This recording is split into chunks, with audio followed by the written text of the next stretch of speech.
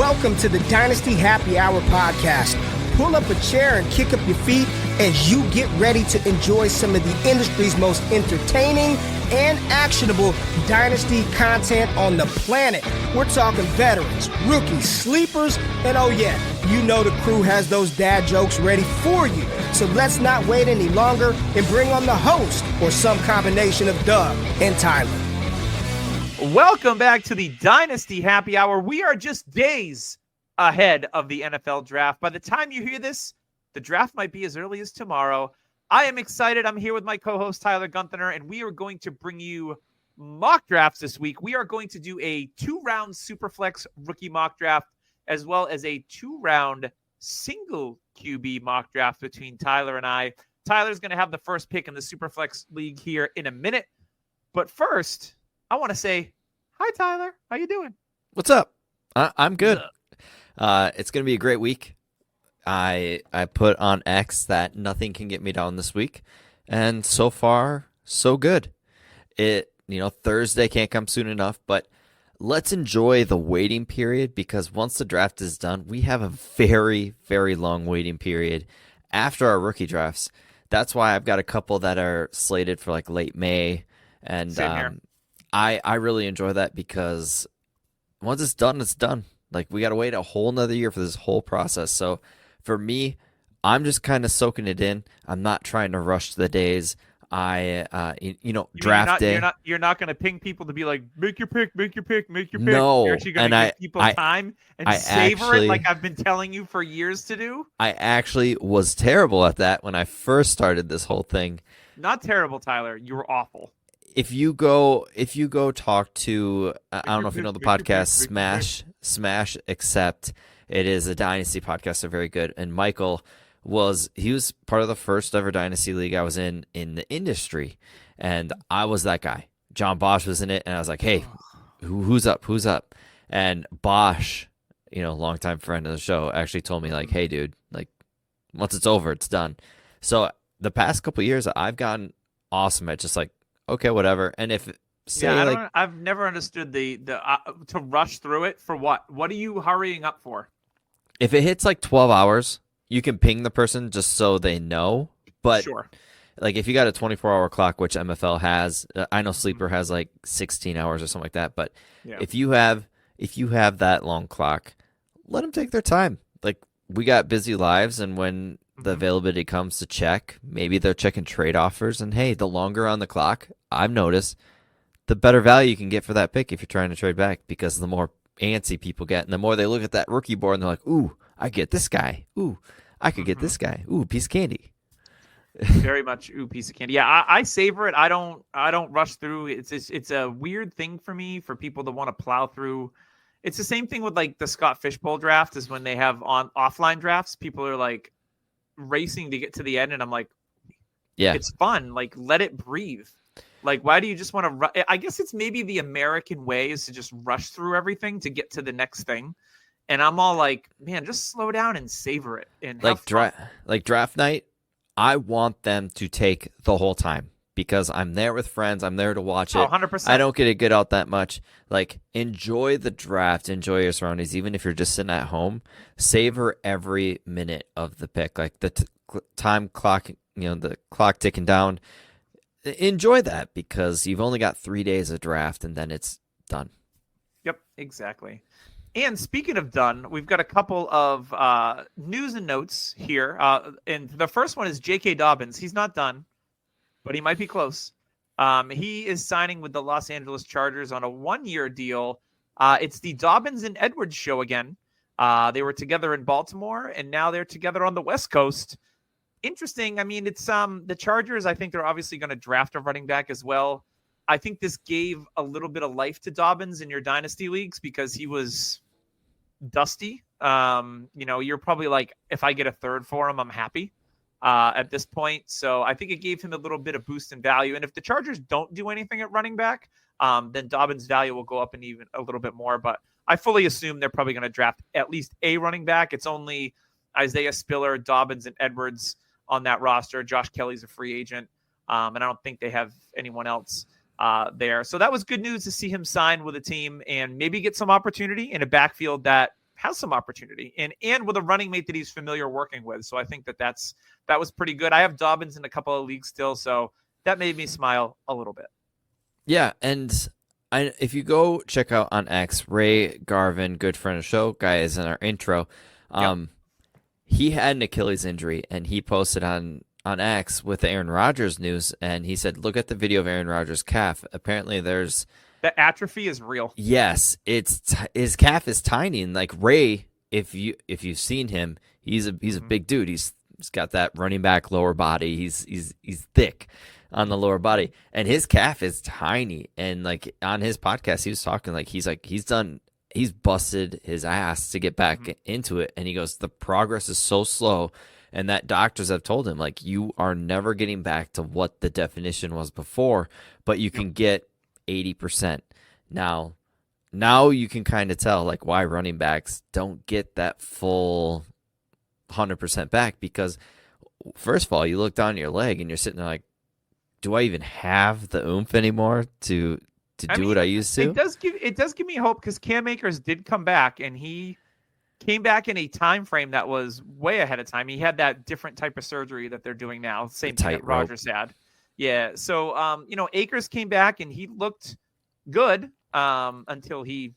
I mean, if you can get a third for Dobbins, you're good at checking out. I think you're doing okay. Yeah, because especially in this running back class, because there's going to be a lot of running backs that people like in the third round. So I'm all for that. Some other news: Brandon Ayuk maybe gets traded on draft night. Supposedly, there's conflicting reports. John Lynch is like, oh, we're working to sign him.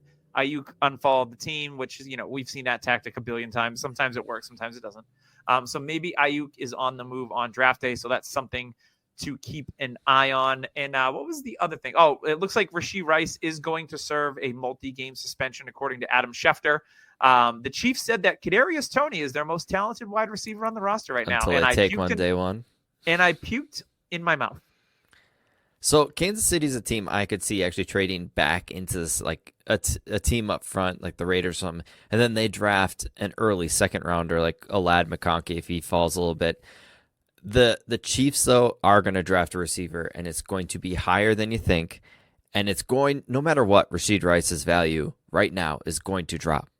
If it's a suspension, if it's getting drafted. So if you have Rice, and Doug, I know you traded Rice for the 111, which congratulations, that was fantastic. I dealt Rice. I dealt Rice, and I got Jaden Reed back, and there's another swap in there, but it was pretty much Reed for Rice. I think now's the time. If you look at the tea leaves, like if you're a Rashee Rice fan, that's great.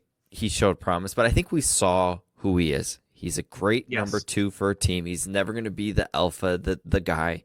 So for me, the way Kansas City distributes the ball, especially if they get a pass-catching running back, like say a Will Shipley in the third or fourth, I think we're seeing his value ceiling fall, and I think we're going to see it even more. So right now, I think is the time to maybe look to see if anybody wants to take the chance, maybe 201. Like you did 111. I think that's the ceiling. Yeah, that got proposed to me, and I was like, it took me about 30 seconds of thinking, and I was like, let me look at the big picture, and I was like, yeah, I'll give up Rashee Rice for the 111 for sure. Yeah, and honestly, in a super flex league. And honestly, if you have Hollywood Brown, I know there's a lot of people that aren't fans of him, but he is legit one of those players that is worth more on your team than he is dealing, because I don't think you're going to get the first round pick that me personally I think he is actually worth, because he will have big boom games. He, to me, is a fancier Gabe Davis on the Chiefs. He's going to have massive weeks. He will. He'll have 2 touchdowns, 120 yards. But he's going to have those weeks that you're kind of kicking yourself, the 3 for 20. But right now, everybody's saying trade Hollywood Brown. I've heard that. Don't, because you're not going to get what you actually deserve for him. Let him sit. Let him have a boom game. Maybe in season you can get that 25 first, because people are more willing to deal that first in season. Yep, 100%. I think that was, what was there? There was something else I thought. T. Higgins is staying apparently, but yes, we all knew that because Mike Brown, the owner, hates trading away anything. So that's true. Yeah, it's going to be interesting for draft night. I'm really looking forward to it, and I'm looking forward to these rookie drafts that start on the Monday or some on the Sunday. Saturday for UDPL. No, that's right. That does start Saturday. I got to make sure I'll be on the road for a little bit, but I don't pick until I'll text you a couple times. Yeah. I'm at the 105. I think it'll be okay. I think it'll be all right. I'll ping you 4 times. Doug. I did want to give a shit out. A shit out. A shit out. What's a shit out? Oh, that's good. That might be one of the best slips we've had in this podcast for a while. Let's give a good shit out. Like a really nice 20-minute shit out.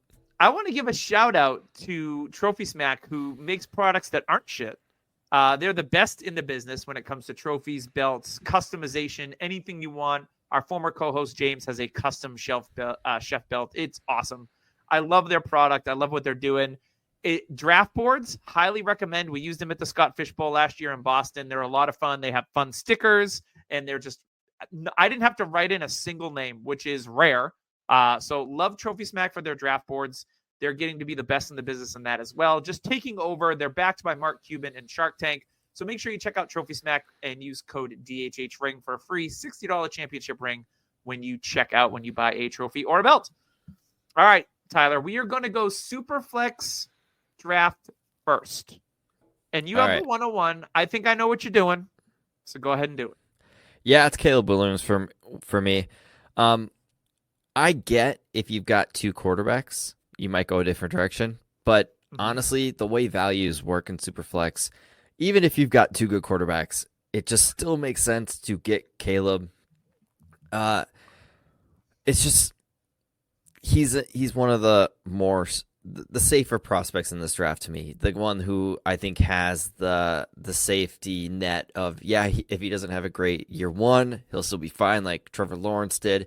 I mean, we haven't had this hype of quarterback since Trevor Lawrence probably. So for me, Caleb is the slam dunk 101. Even if you got 2 good quarterbacks, still take him, or maybe even just never trade have back. enough good quarterbacks. Yes, exactly. Like even in the case of Trevor Lawrence, you thought you had a slam dunk top 5 quarterback. It didn't work out. You have there's a league where I have Stroud, Trevor Lawrence, and Tua, and I still feel like I got 2 quarterback 2s, a quarterback 1. I can kind of intertwine them both, maybe in season trade one if I have an injury elsewhere. It's always nice to have that safety because, quarterbacks are definitely king in Superflex, and Caleb, the way he's been hyped for his whole career, let's go, Caleb Williams. Yeah, and he gets dropped into a good situation. I mean, I'm assuming Chicago's going to take him, and he's set up for success between a good O-line, which they could build on, a good wide receiver core, which they could also build on. They have the 109 as well. A good backfield. He's set up for success in his rookie year, which is great. He's got pink fingernails and a pink phone case. Who cares? DK Metcalf uses a binky for his mouthpiece. Oh no! So I saw a video today on X that really bugged me. Did it grind your gears? It was like GMs are really concerned about Caleb Williams' character, how he cried on his mom after he lost, and he was out of the. He's emotional. And that's my issue is okay, these old head GMs think, tough. We're suck it up. Now it's to the point we're in a day and age where people are able to express themselves, in different ways. And old GMs, of course, probably don't like seeing anything like that. They're probably owners do. Yeah. So, I think we're going to see a lot more of this. This is going to become the norm, which is fine with me. If he wants pink fingernails, I posted on Twitter, purple's been my favorite color forever. But when I was younger, due to social norms, I was actually nervous to say, hey, I like purple, because you had friends that were like, oh, you like purple, it's a girl's color. So I was always like red, green. I never said it was purple. But that was the day and age I lived in, and it's nice to be able to see people express themselves. I have one of my good friends I'm going to his bar to watch the draft. His favorite color is pink, and you know what? He's 6'8", and he was always just like, oh well, if you don't like what I like, who cares? Smash into the ground. Yeah, pretty much. Back in my day, we didn't even have color, so everything was black and white until the Truman Show. What a luxury to have! It's very. I'm up at the 102, and for me, this is an easy pick. I know this is super flex. Could I easily go with a quarterback here? The answer to that is yes. But I am going to go with, by all accounts, the generational prospect, best wide receiver prospect since Calvin Johnson, Marvin Harrison Jr. I think he is rock solid. I don't think he has many flaws in his game whatsoever. I don't care where he lands. It does not matter to me. I am going to take Marv at the 102. Even if he goes to like the Giants at 106, which I saw in a mock yesterday, I don't care. Marv is that good, and I'm happy to take him at the 102 and make him a centerpiece. He's going to be the top 5 dynasty wide receiver out of the gate. Yeah, before he even touches training camp, he will be a top 5. So yeah, Marv is an easy pick for me here. Yeah, 100%. The crazy thing with Marv is in our pre-NFL draft, rookie draft, I took Marv, and I went to the Justin Jefferson owner with the whole quarterback situation. I said, hey, Marv straight up for Jefferson. He took 2 days to actually think about it because it's to the point where you got, if Marv lands in Arizona, the speculation is he's getting 140, 150 targets right off the bat. Probably pretty easily. Yeah. He's the guy. So Marv could actually walk into a situation where he, after year 1, he's the order's going to go Jefferson, Chase, Lamb, Marv. Like that. That's what we're probably looking at. And yeah, I think Marv is he's probably the safest for sure bets in this draft class. Like for sure you're getting at least a wide receiver too. And don't be surprised if the Bears at 109 try to make a move to get Harrison. See, I think they just don't have many picks. That's my issue. I think they're going all in. I think they want to be the buzz of the NFL. So yeah. I mean, if it happens, I called it. If not, it's okay. I just have this feeling. Yeah, if that happens, Caleb will be legit untouchable for probably 3 years. Probably. It's going to be insane. And Marv will probably be right there. It'll be a Burrow Chase type situation. It would be sick. Yeah. And I wouldn't put it past the Bears to make that kind of bold move. I know they don't have a ton of draft picks, but you know what? Be bold. Hey, you've always got next year's picks. That's true. All right. What do you got at the 103, Tyler? All right. Now, this one is interesting. I actually had one typed in because we're using our chat to kind of tell each other what picks are. I had one typed in. Then I deleted it because you know how I said quarterbacks are king. So I'm going to go that route. But the one I'm choosing will surprise you, and that is Drake May. Okay. I'm a May guy. I love Drake May. I don't think it matters if he goes to New England. Tyler, I have breaking news. Pretty soon, it's gonna be May. Oh my God. And if New England gets him, it will definitely drop his value. People will be like, oh, Drake May, New England, this hurts his value. To me, this team will have a lot of picks. They will have a lot of cap, and they'll have a lot of youth around them. Demario Douglas is not a bad receiver. Kendrick Bourne is not a bad receiver. But the thing is, May will be able to sit behind Brissett, learn from Brissett, and one thing May's already got, pre-snap reads, and he's amazing at throwing in the middle of the field. That's like May and McCarthy are great at anticipation throws in the middle of the field. And that is where New England, I think, can kind of survive the lack of weapons for now.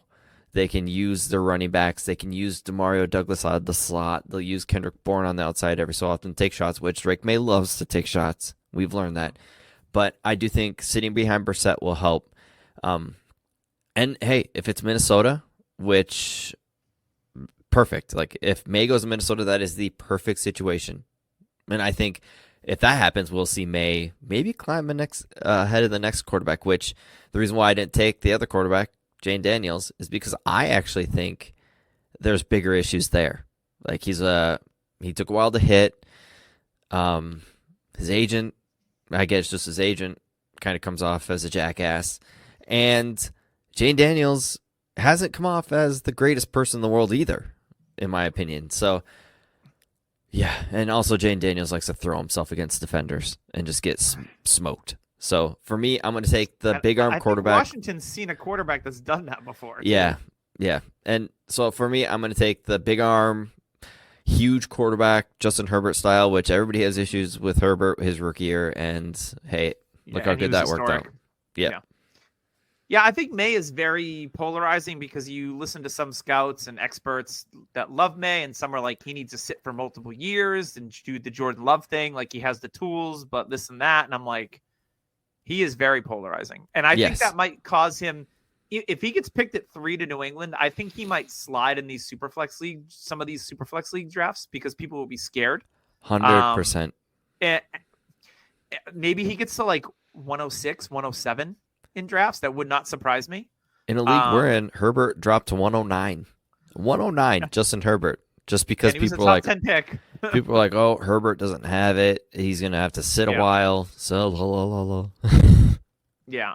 So I'm up at the 104, and, we talked about Daniels, really a one-year wonder, and, 2 first-round receivers around him. And I'm going to take his teammate, Malik Neighbors, at 104. Okay. Here's the thing about quarterback. I know Superflex leagues are, everyone's like, got to have a quarterback. I am embracing starting one quarterback and building deeper rosters and having second tier quarterbacks that you can get cheaper, like a Jared Goff or a veteran that's solid, a Kirk Cousins, for instance, without going and getting this draft capital. Because you know what? The hit rate with first round quarterbacks is 50%. The hit rate with first round wide receivers is closer to 80. So for me, I tend to play a little bit safer. I'm a little bit more risk averse, and it scares the living bejesus out of me to spend the 104 on a quarterback and then have him not hit.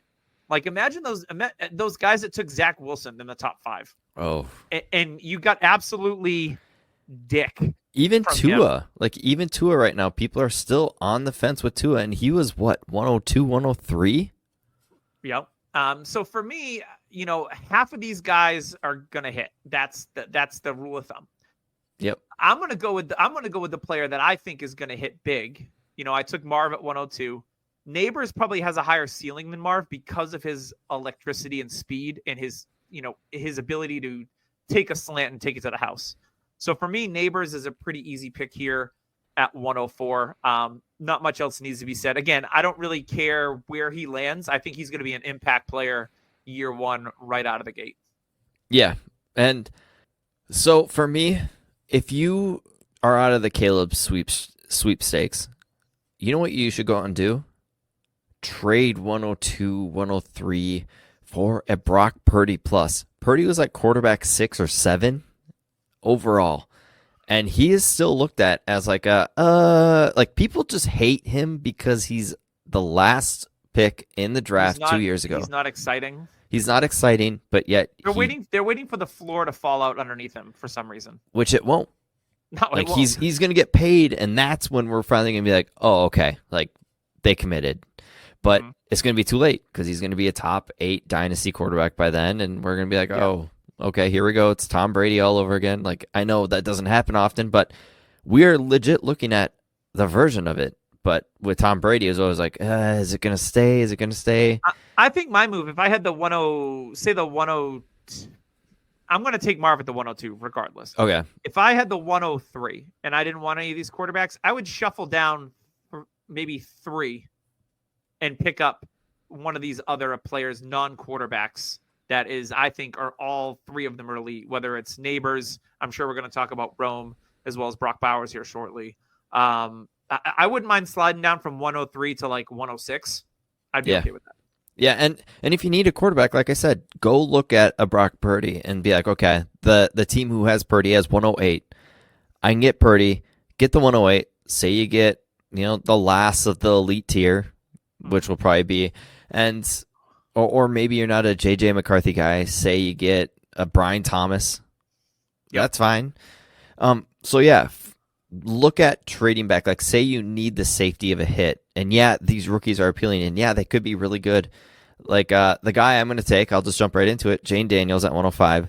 I get there's risk, and I get I'm not a fan, but man, that rushing upside, if he does hit, is Lamar Jackson-esque. it will definitely carry weight for his whole career, just depending on how long that career is and how long he can make it last. But Jane Daniels is polarizing just as much as May is. Like, I think these two could just be home runs, or they could just be like, May could be a Sam Darnold and Daniels could be a Justin Fields. Like, we could look at that stuff, and it kind of sucks because you pass on elite receivers if you draft them, 102, 103. And I think these three receivers are hits. Like, I think we're looking at three elite hits. So, yeah, Daniels is my pick. I thought about going the third receiver. That was a close choice. But Daniels, just with the upside in Superflex, for me is just way too juicy to pass up at 105. So you're not paying the 102 elite tier. You're giving up the 105 for him, which I think I would be fine with doing. Yeah. Are we doing tight end premium or just? Yes. Okay. TP. Wanted to check. This is where this decision gets difficult, because now I'm at the 106. It's really between Roma Dunze and Brock Bowers for me. And I like them both. If it's tight end premium, though, man, it is hard to pass up a guy like Brock Bowers in a tight end premium league. That's I know why Bowers, 107 is nice. I know. Yeah, because you get that elite tier. Bowers didn't test, and I think a lot of people are off of him. If he tested, I feel like Bowers would be in the conversation as early as 104. He did a standing backflip at his size. Like, there's a video of him doing a... He's the most athletic insurance agent you'll ever see. like a standing backflip. I have no question about Brock Bowers' athleticism. I have no question about his resume. I really have no questions about Brock Bowers, the player. And in a tight end premium league, both you and I know the importance of that position. If you have for instance, like I have rosters with Sam Laporta all over them, and I have picks in this 104 to 106 range, I am going to be extremely tempted to pair Sam Laporta and Brock Bowers together and dominate the position every single week. Every single week. And for that reason, and this is really tough, but the positional advantage is going to make me pick Brock Bowers at 106 over Roma Dunze, because Brock Bowers, everyone was always like, oh, Kelsey, such a cheat, such an advantage at the position. The new dawn of tight ends is upon us. The old guard is aging out. We have guys like Laporta. We have Kincaid now. We have Brock.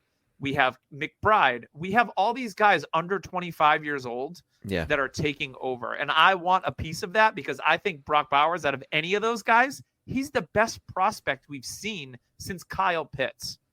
And I know people shit on Pitts, but 1,000 yards in his rookie year.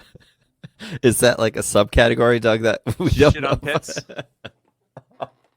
Just like, today we have a hairless armpit. What are you watching? Nothing. Nothing. Don't check my search history. Only fans. So for me, Brock Bowers, remember when Pitts was the elite prospect and he was going 103? Yeah. People were 104. He after his rookie year, he was a fringe. Touch him. He was a fringe first round startup pick in tight end premium. Yes. And if Brock Bowers goes to the Jets, which he has been mocked at a lot, at last I checked, he would be the number 2 receiver on that team, much like Sam Laporta was for Detroit, because I'm not worried about Mike Williams. I'm not worried about Alan freaking Lazard. Bowers is going to be the number 2 target getter on that team, and it's going to be wheels the frick up. So Brock Bowers, 106. Yeah. I think if we are looking back at the draft and say you pass on Bowers for like a JJ McCarthy, you are legit going to kick yourself, because we've been talking about Bowers since he was a freshman. Guy legit broke records in college for a tight end. And now we're just kind of like, oh, I don't know. 2-time Mackey Award winner, and he should have won it in his freshman year. Yeah. Like, it's unheard of. He is one of the best tight end prospects we've seen ever. Mm-hmm. So I agree. And, my 107 pick is easy. It's Rome. He is the first receiver taken last year. He would be right up there with like Garrett Wilson for me the year before that, like when Garrett Wilson was drafted.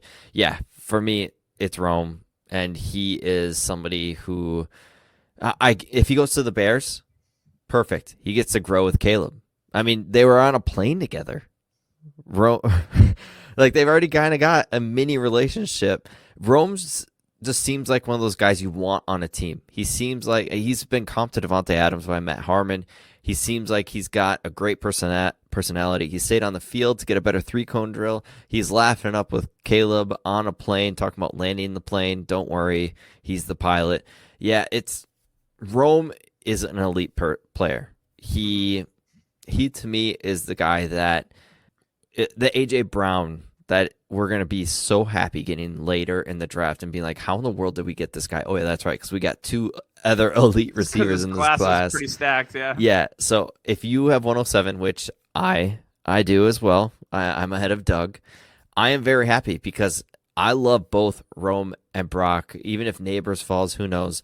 Maybe May falls, who knows? Like, anything can happen. 107, I think, is the elite tier, and then we get another tier break into the we'll see where they land tier.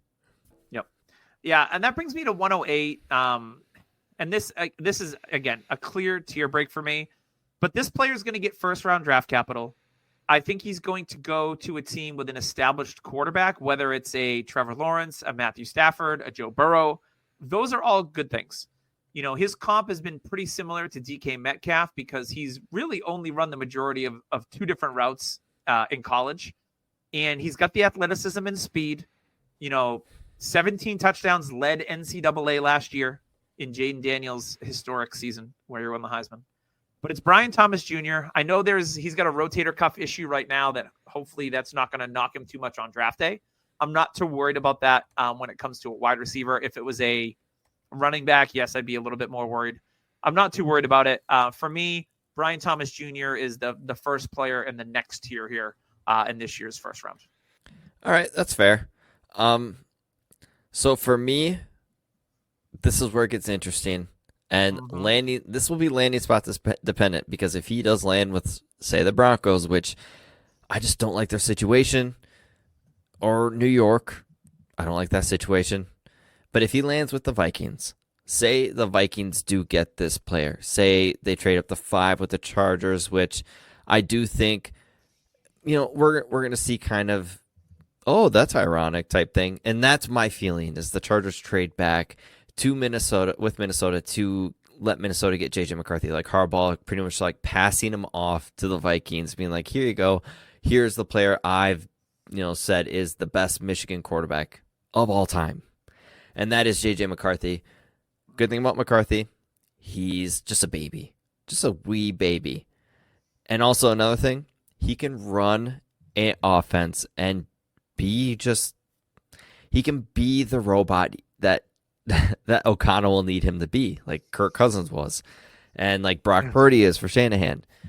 JJ McCarthy, people knock him for his throwing power and arm strength. He threw 61 miles an hour at the combine, which was a mile per hour slower than Joe Milton.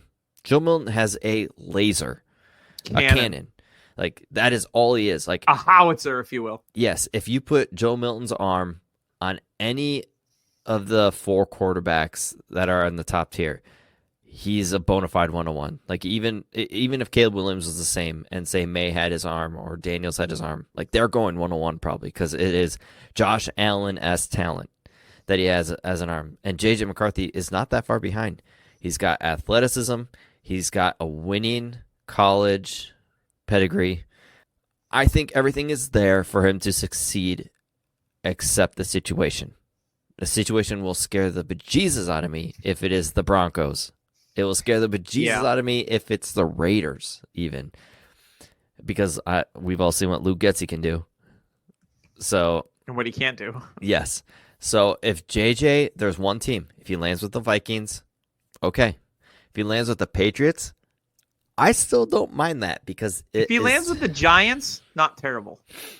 That's true, but Daboll. If he lands with the Giants, the issue is with Daboll, they need to win now. And if they don't win with this pick, he's gone. Then he's got another OC he's got to deal with and all that fun stuff. So for me, if he lands with just the Vikings, yes, I think JJ McCarthy will be the 105. He'll actually slide up way further than this pick. So if I'm drafting here and I see JJ at 109, I'm jumping for joy if he's on the Vikings. Like, he's definitely landing spot dependent. I think that's the only spot that I would be even. I'm not a JJ McCarthy guy. We've talked about it on the pod before, but if he were to go to the Vikings and he has that supporting cast around him, I would be interested in this range, but I'm not gonna be the one that goes up to like 105, 106 for JJ. I'd have to be pretty desperate at quarterback with these other studs on the board to do that. So yeah, but I agree with your mindset there. Let's keep it rolling. I'm going to go 110, and I'm going to take the first running back off the board. I know that might be a hot take to some of you, but when Jonathan Brooks gets picked in the second round, probably to the Dallas Cowboys, I mean, that's the easy link, right? I know he's coming off the ACL. I think he'll be fine by the start of the season, and he may not get a ton of work in the beginning, but I think he's going to be the starting running back for the Dallas Cowboys in one of the best offenses in the league. I look at Jonathan Brooks, and he reminds me a lot of Aaron Jones, who we both know I loved. So yeah, for me, it's Brooks at 110. It's pretty easy here. I know the wide receiver class is deep and all. I'm not afraid of these running backs like a lot of people are. So for me, Brooks, I think Brooks, if he gets drafted by Dallas, he's immediately a top 10 dynasty running back. Okay. Like, I mean, he was 90%. Which isn't saying much because Ken Walker is number 10 right now. I mean, he's sharing a backfield with Zach Charbonnet. Like somebody on a podcast today mentioned, like he was 90% of Bijan in that offense before he got hurt. So like he is a legit talent. He's got everything you want. It's just the injury. That's the only thing that's holding him back. So yeah, if he lands in a good situation, we could be looking at a top 10 running back in Dynasty without him even touching the field until week 2, 3, or 4. Yep. My next pick, I think you guys all know if you've listened to the podcast, and that is Ladd McConkey. I just love the player. I think he is pretty much a first-round pick. We're looking at the late first, early second-ish range for him. Great route runner, great separator, has everything you want out of a player. Speed, he's not just a bona fide slot guy. He's got the speed. And yeah, if a team like Kansas City or Buffalo gets him, I think he's a perfect fit for them. He can do everything you need. I get the outside metrics aren't great. He didn't really have a great year, but Georgia was one of those teams that was like Brock Bowers, run the ball, defense. So I don't think they need much from Ladd. So for me, Ladd is my pick at 111, and hopefully he gets that draft capital. Let us hope so. So we're at the very back end of the first round, and this is where I don't mind. You're a championship team if you're at the 112, right? And you're looking at your roster. You may go best player available. You may go team need. I think this player, there's a good chance he might go in the first round of the NFL draft. It's a premium position. I've kind of come around a little bit on this player. Don't say it. I think there's some upside here depending on where he goes. And it could be Seattle. It could be Las Vegas. We'll see. Again, all the wide receivers here I have questions about. There's not anyone where I'm like, slam dunk, Adonai Mitchell. No. Or slam dunk, Xavier Worthy or Troy Frank. No. No. So I'm going to take a guy. He's a little bit older, but he's probably the best thrower of the football in this draft. It's Michael Penix Jr. Okay. I thought you were going to go one of the Texas guys that so I love this was my pick. I love this pick for you.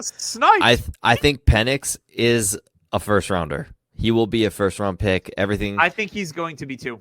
And apparently the medicals aren't as bad as what people thought they would be, but he is one of the better throwers of the football we have seen come through the draft in a while. Like he can throw every throw with accuracy, touch, power. Hell of a team leader by all accounts, and that goes a long way in the NFL. Yes, and steaming up JJ McCarthy, why isn't it steaming up Michael Penix as much? If he has a good offensive line, I think we're looking at, and like you said, a scheme, an offensive line. Say he lands with the Vikings. Say the Vikings don't actually trade up. This would be a great landing spot. Yep. 100%. All right, we are kicking off the second round. Back to you, Tyler. All right, I'm going to go with one of those Texas receivers and Xavier Worthy. For me, it is just based off of the 40 time. I love the 40 time. I mean, fastest guy in the combine ever. So for me, he's going to get the draft capital. there's rumblings it's Miami. What if Miami takes him? What if Buffalo takes him? If any of those teams take him, we're looking at him probably pushed up to 110. Jonathan Brooks, people might look. I don't know. Probably not. Like, he'll probably go above Ladd for people who aren't big fans of Ladd. But Worthy, to me, I get, he's just a speed guy. He's not. He's a great route runner. He can do things differently. So for me, we got to get rolling in this second round. So for me, I'll keep it short. Worthy. Okay. All right, Worthy at 201. I'm going to take Trey Benson at the 202, the second running back off the board. Like I said, I'm not scared of this running back class. I think Trey Benson will get drafted in the second round. Now, obviously, depending on where he goes could be key to his value. He could go up or down. But I like Trey Benson. The running a sub 4.4 at his size, his ability for explosive plays. I know he can be a little bit maddening when you watch Florida State tape. He's years away from that bad knee injury. I'm not concerned about that. So for me, Trey Benson offers a lot of value in, we'll talk single QB drafts in a little bit, but to get the second running back at the 202, I'm cool with that. All right. So I'm up next. And at this spot, do I want to? I don't know if I want to. I definitely am not taking him. Yeah. I will take a player I really like, and that is Roman Wilson. Okay. It may be early, but I'm going to stick to my guns and pick a player I like rather than don't like. I know we got a player on the board right now that people are probably yelling at us on the screen like, why isn't he gone? Just like you guys did for Kendra Miller last year when we didn't take him in the first or second round of a rookie draft. But right. We just got the players we like and the players we don't like. And Roman Wilson is a player I really like. I get he'll probably be a second or third round pick, but I'm not worried about it. The talent will rise. And to me, he's a player that can land with the Bills, and the Bills just take something else, a different need in defense in the first round. So I really like Roman Wilson. And I see what Doug has done. Yeah, for me at the 204, the rumblings are range. that this player will go in the first round. There are rumblings that some teams have taken him off the board because of some of his lackluster, the ball's not coming to me. Xavier Worthy did some of that too, so don't get it twisted with the Texas offense. I'm going to take A.D. Mitchell, a very polarizing prospect. But I like the athleticism. His tape stands out pretty well in where he was the second pass catcher in that offense. So his, teammate scores and things like that are favorable for him. So A.D. Mitchell, he's probably going to be a first rounder. Maybe he goes to Buffalo. And if that happens, he's probably going to get steamed up into the first round because people are going to be like vacated targets. They don't have size. Josh Allen, yada, yada, yada. But for now, A.D. Mitchell at 204. All right. So for me, I am a huge riser on this. Damn. Look at that. The Senator, the nickname given from by the fantasy footballers, the Senator Ben Sinnott is my pick. And here's why. I really liked his tape, and his athleticism was through the roof. And when you have Thor Nystrom comparing him, he has no other comparison he can give, and it's Sam Laporta. And Thor, other than Doug, was one of the biggest Sam Laporta praisers I saw last year. Thor took him in Scott Fishbowl 4 rounds earlier than anyone should have, and it worked. Because you want to know why? Thor is a great evaluator talent. Ben Sinnott is a guy that is a very high riser. We're probably going to see him early second round pick. We'll probably see him around that range. And his value will probably be right around here, maybe a little later, but I think in a tight end premium. I mean, this was Laporta's range last year. Yes. I traded up into these spots in between the 203 and 207 is where I targeted and got Laporta in a lot of leagues last year. Yes, and so Ben Sinnott is my pick. I get there's a lot of good receivers and running backs left, but for me, give me the positional value at tight end and a player that could really, really rise up into that top 8 tight ends in Dynasty, which we are seeing tight ends grow more and more in rankings and in Dynasty, which is a great thing. And I think Sinnott will be right up there. I agree. And talking about positional scarcity, this is the last one of this position that should be in the conversation in the top 2 rounds. I know a lot of people don't like him. Some people do like him, and I think he has the chance to go in the first round as well. I don't know that he will, but if not, he's going to go in the top of the second.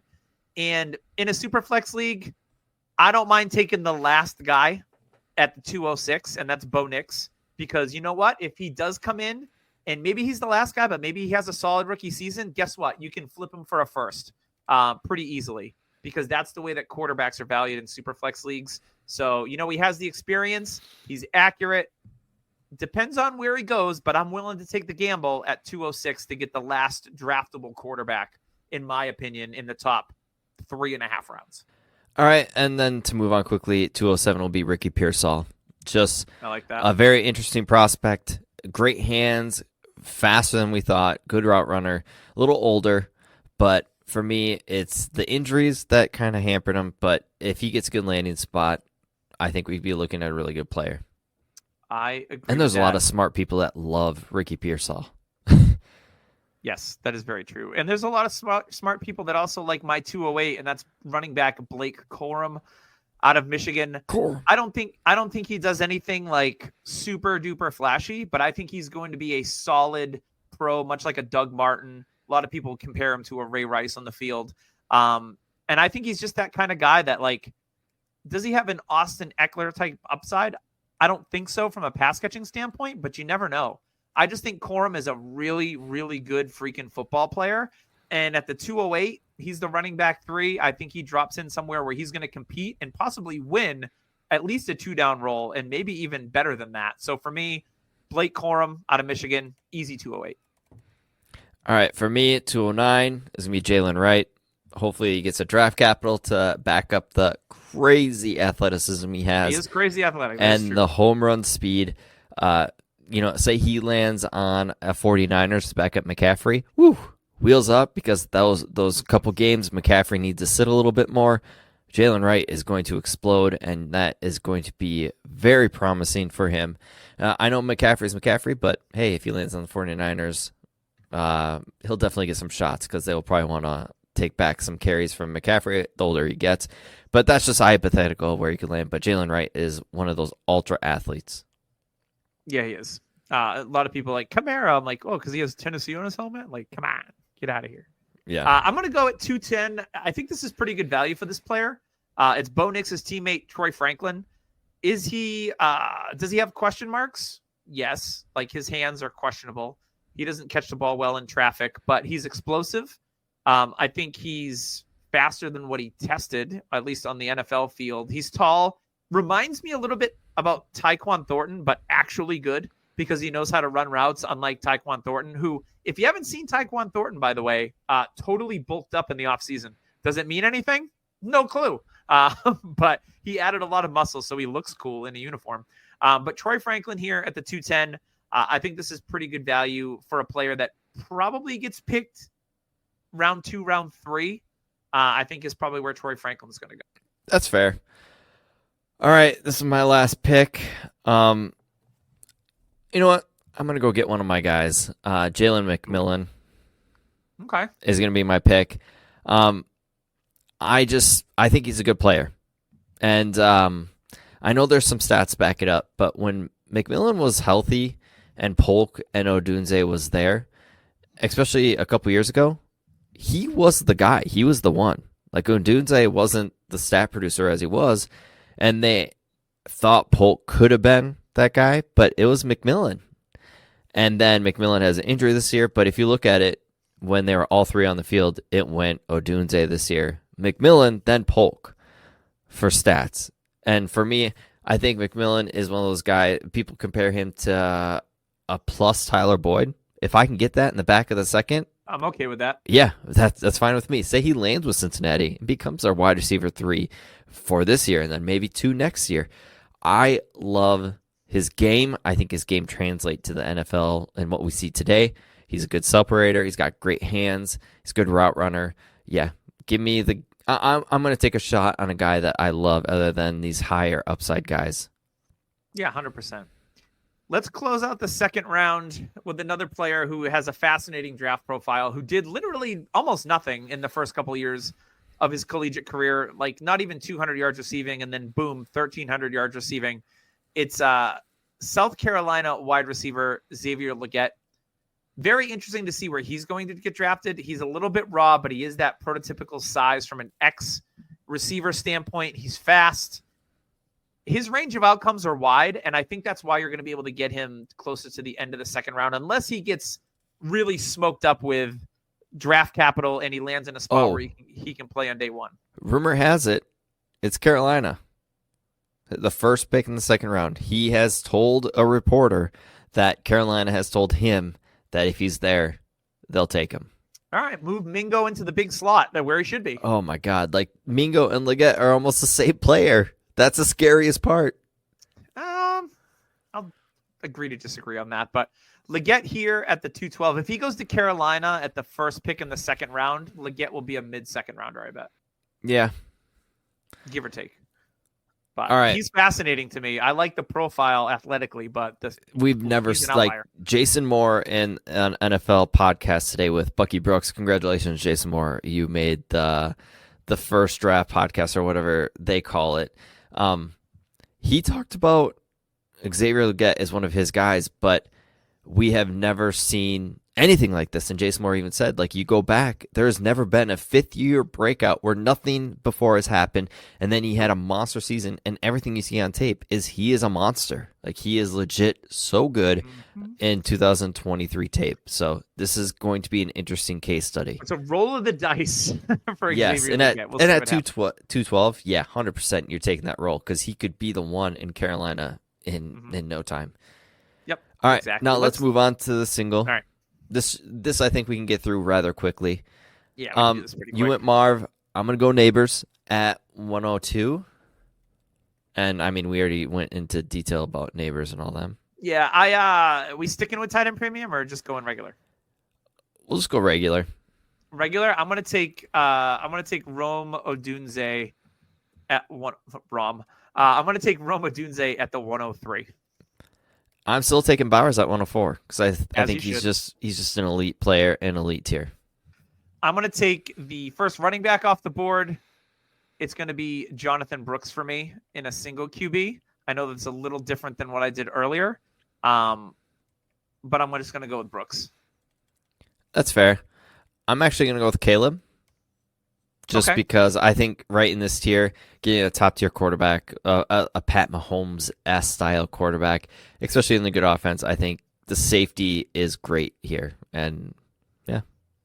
I like that. At 107, I'll take BTJ for the upside, and I think he's going to get paired with a near elite or elite quarterback in the draft, and that means a lot to me.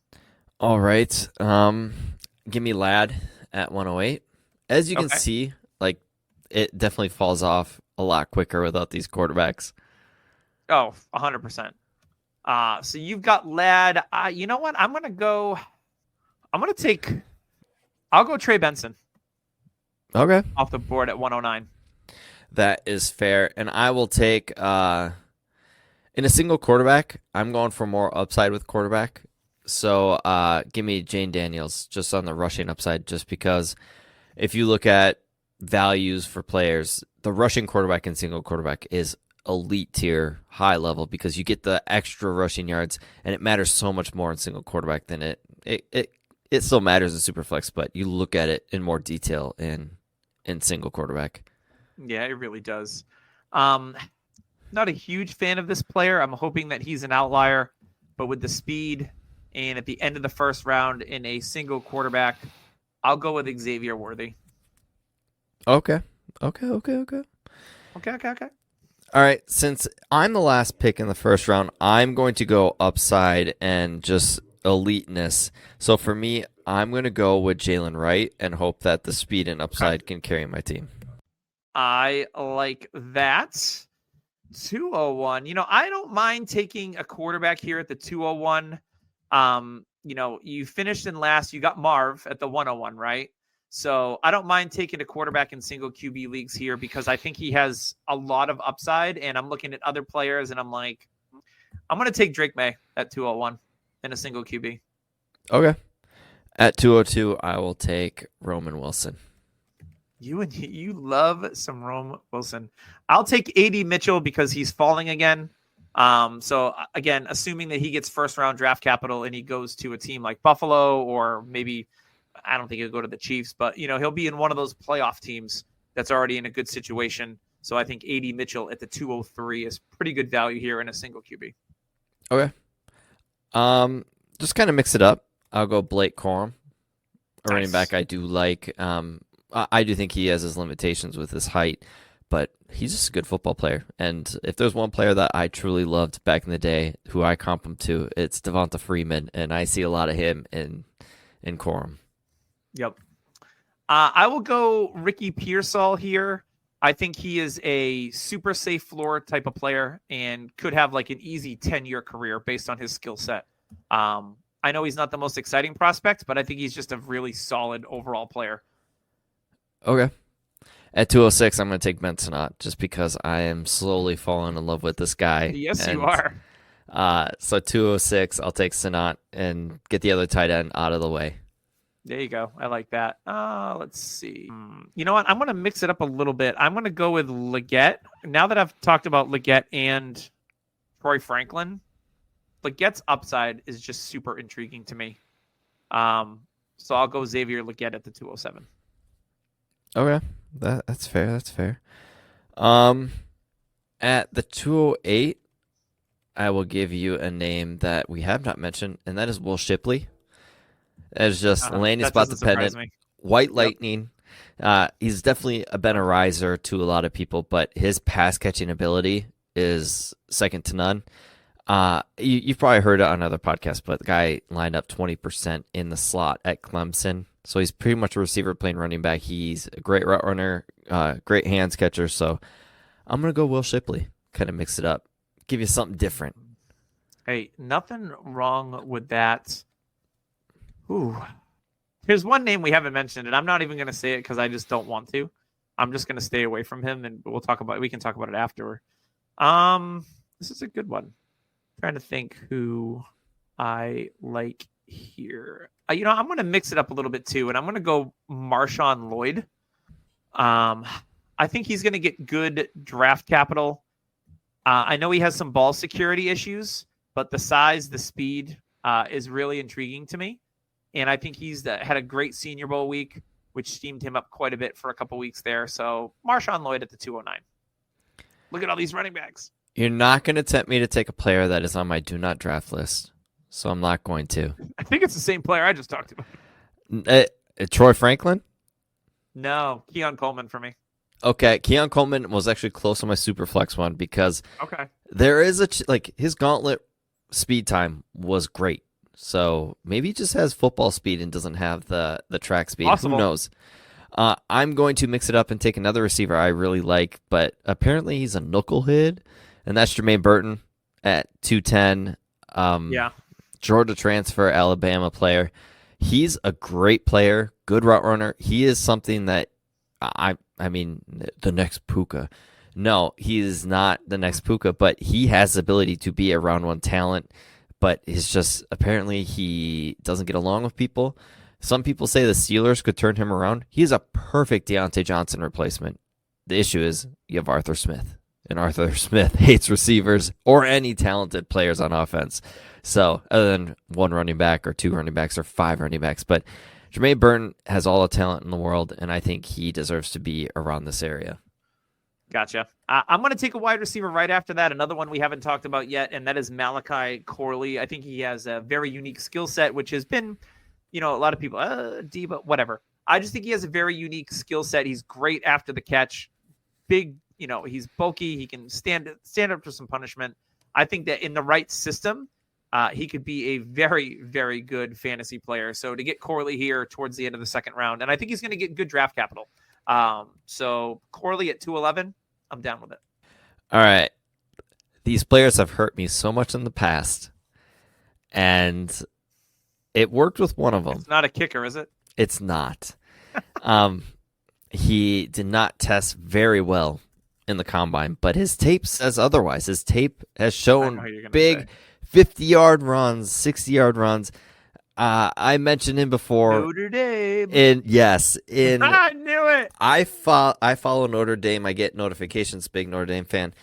And Kyron Williams was one of the players that if you follow like, scores a 60-yard rush, holy crap. Kyron Williams, 80-yard run, holy crap. And then the same goes with Audric Estime at 212. And for me, the speed is there on tape, the football speed. And what he does is he is a massive human being. He is huge. Mm-hmm. He is built like a rock. He's not like, I would say he's not Brandon Jacobs like thickness, but he is like a rock. He is built, and he is a good running back that, he doesn't have that extreme breakaway speed, but he has the speed to make big chunk plays.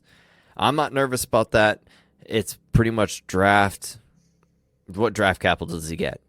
And if it's like a 4th round pick and he goes to a team that, say, Dallas actually waits. Dallas waits and takes him. Like, there's say Cincinnati waits and takes him. I'm not a big Zach Moss believer. Yeah, okay. You're telling me this guy's a 4th round pick on Cincy? Yeah, I'll sign up for that. Mm-hmm. And also, I just like Payne and Notre Dame running backs hurting me.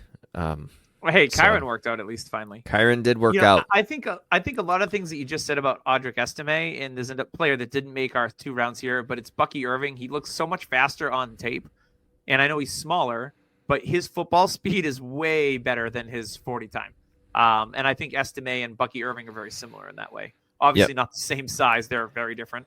But that trust the tape when you look at it, because there's guys that have tested in the NFL, like a Keenan Allen. He might have run like a 4.5 something, but he just makes it work, and he looks so much faster on the NFL field. There's a lot of players we didn't mention, like a Tez Walker, if you're a fan. Jatavian Sanders, Braylon Allen. Like, if this was an actual draft, I would probably have McMillan still in this. Like, I'd go get my guys, and McMillan's one of them, so I'd probably take him over a Will Shipley at 208. So we just kind of want to mix it up. I know people will probably be like, well, how come you guys didn't match up with the Superflex draft? Well, it's because we want to give you some extra names and just show how deep this is and how those 3rd round picks are going to matter, because we didn't even mention a lot of people that will get good draft capital, because this is a very, very good offensive draft. So this was more of a thing to show you, like, hey, if some of these running backs get draft capital, wheels up. Yeah, and a lot of this will change after Saturday, so it's going to be super interesting to see what the differences are when we circle back to it. That is going to wrap us up this week. Tyler, thank you so much.